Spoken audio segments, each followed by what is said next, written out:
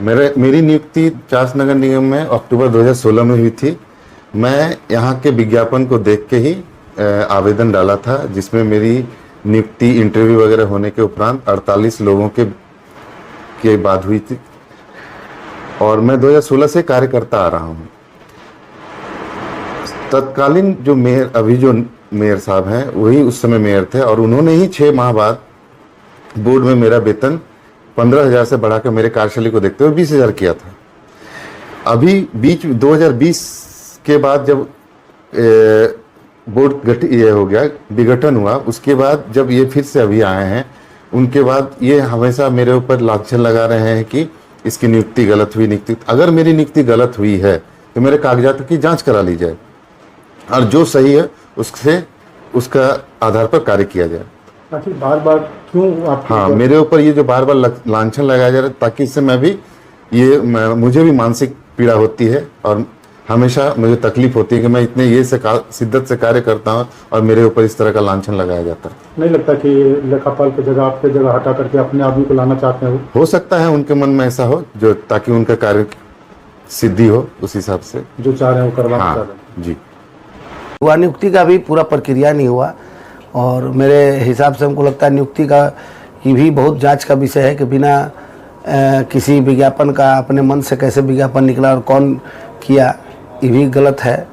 तो उसमें हम लोगों ने कहा है कि इसको बदलने के, लेखापाल को बदला जाए और विभाग का भी ऐसा निर्देश है कि 3 साल से कोई भी एक जगह पे कम से कम लेखापाल हो, ये सब नहीं रहना चाहिए।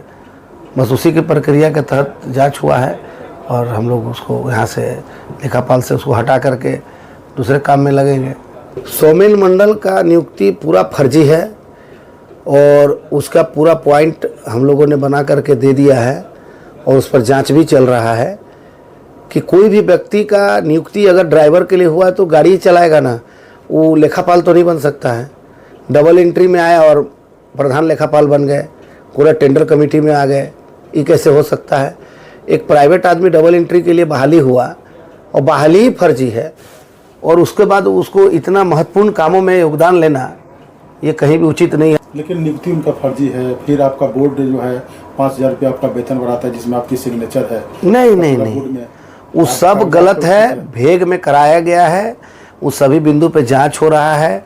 वेतन बढ़ोतरी की कोई बात ही नहीं है, बहुत सारे लोगों का वेतन बढ़ोतरी होता है, उसमें अब कोई कागज कहीं घुसा लिया अलग बात है, लेकिन वो संज्ञान में नहीं है, संज्ञान ही में नहीं है, ये विषय ही नहीं है संज्ञान में। आपका सिग्नेचर है? नहीं, वो तो हम देखेंगे कहाँ सिग्नेचर है, क्या है, वो तो गलत चीज़ है। एक तो सबसे बड़ा आश्चर्यजनक बात ये भी पता चला कि बिना किसी कारण का, बिना किसी कार्रवाई का खुद से वो कोर्ट जा करके खुद से अपना स्टे ले लेता है।